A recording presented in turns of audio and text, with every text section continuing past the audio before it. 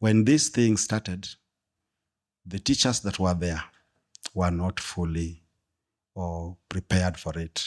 The language, first of all, changed from subjects to learning areas. The challenge also came in where a school sends 2 or 3 teachers with an intention of coming to retool the rest of the teachers. Before the teacher retools them, the teacher leaves. For some time, teachers imaginarily taught 844, imagining to be CBC.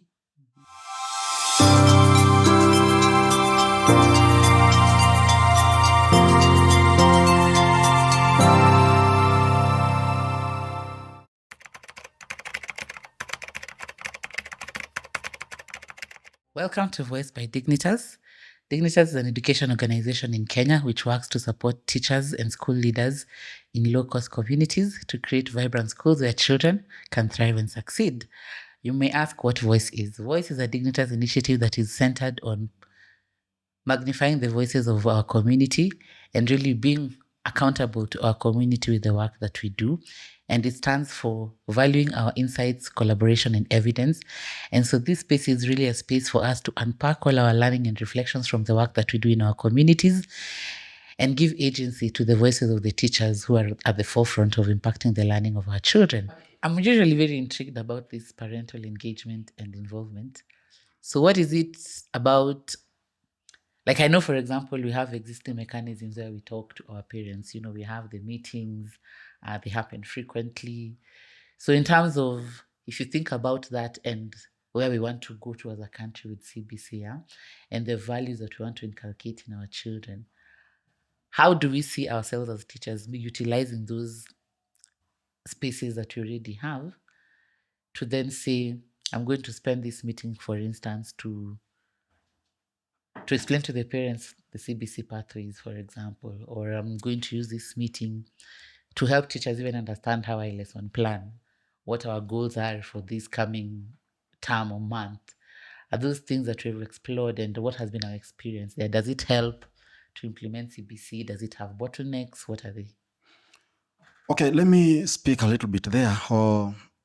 This is something that, to my thought, I think the government was also to intervene in it, in that there are some influential figures in the community. And when public participation was being done concerning the CBC, I think the parents were to be brought on board and to be told what they were or what is coming in.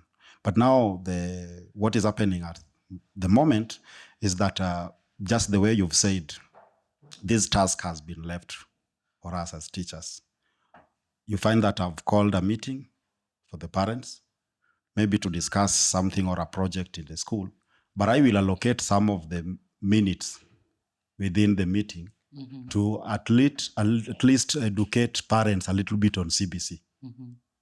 There are some that will take it, run with it, but there are some that will be adamant on it. And that is why you find that when it comes to issues of parental engagement, some parents totally are not there for the CBC. Some parents, because they don't know what is happening. And this is whereby you find or there is a project that is to be held at school. In school, you are asking for some things from home.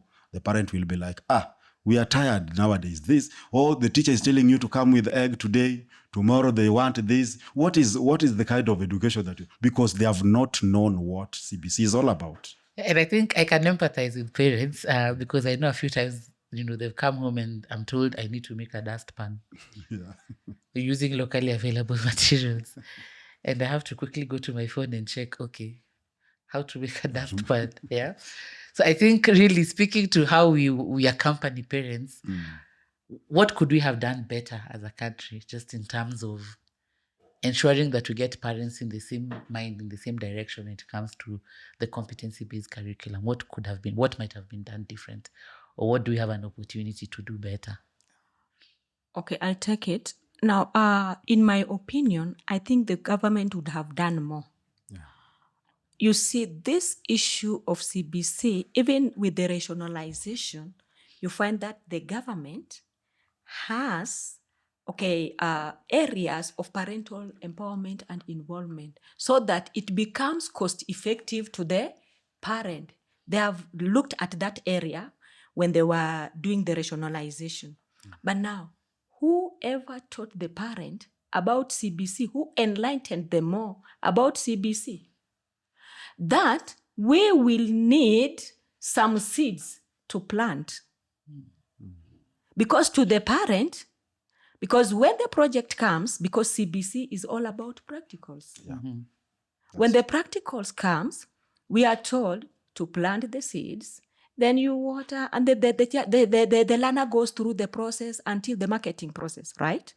But now, the parent, especially I talked about the parent, the poor parent, who knew about education. It was free primary education. And therefore, everything should be free. Why do you need some seeds? Valid point, yeah. Why do you need some seeds? So, you see, the blame was taken back to the teacher, not the government. The teacher is the one who always sent for portfolio. Bring local materials, we make a portfolio. Some schools even prescribe the pocket books. Does the parent understand the portfolio? The allocation of the time during maybe parents' meeting, you would want to enlighten them. How many parents leave their work to come to the meetings? True. That is the question. Because in Nairobi, we wake up at 4 or even at 3. The parent will leave at 4:30 to work and come back at 9. At 9 in the night. When the parent come back at night, then they were told there is some project that you were supposed to be told. How do I go about it? So the parent thinks that the teacher is being a bother. Why don't we use maybe media, communicate this thing? You see, let me talk about this. There were some programs that were being brought in the midnight or around late in the night, being called the programs for the elderly. So when people are, and they were being brought on live cameras. Why don't we bring the live cameras to the parents so that they know exactly what CBC is about? We have all other sources, the media, the online, the Facebook, wherever, use them. These parents can access them. So that they know that when a teacher asks for some cartons to make a guitar, it is needed. They don't have to blame it. A toy guitar rather. Yes. They don't need to blame it on the teacher that you are becoming too much. Interesting. And just to cross over to Teacher Caroline, I mean, when you think about being in the classroom and really what she says, having this practical application of things and really getting the parents to be of the same mind, have we as teachers explored perhaps how we can use media, for example? I know we have WhatsApp groups for some of our parents. So how can we start being creative as teachers, even as we're talking about these larger, reforms and what we are doing with CBC? But how do we now begin to take our own ownership and say, this is what is within my power. These are the tools I have. How am I using it to now engage my parents? Are you somebody who's very active on, for example, TikTok as a teacher? Can you leverage that to then start educating your parents? Is there a space for that kind of innovation for teachers and for school leaders to happen? Yeah, I think there is. There is, because when you have that WhatsApp group, you can create a content there and then you share with the parents. Yeah, because I think at least for the parents I talk to, one of the biggest complaints is usually, I'm asked for these things a bit too soon. You want the toy guitar on Friday. My child comes and tells me on Thursday evening when I got home at 9 p.m. So how do we now strike this balance and say I will give them a week before? Is it possible for us to do that? If not, then what is the barrier there that makes us then unable to have this, back and forth with parents in a way that sort of like flattens that complaint about us being too much. Because I know these things are required. In a classroom, as a teacher, we won't be able to provide all those things.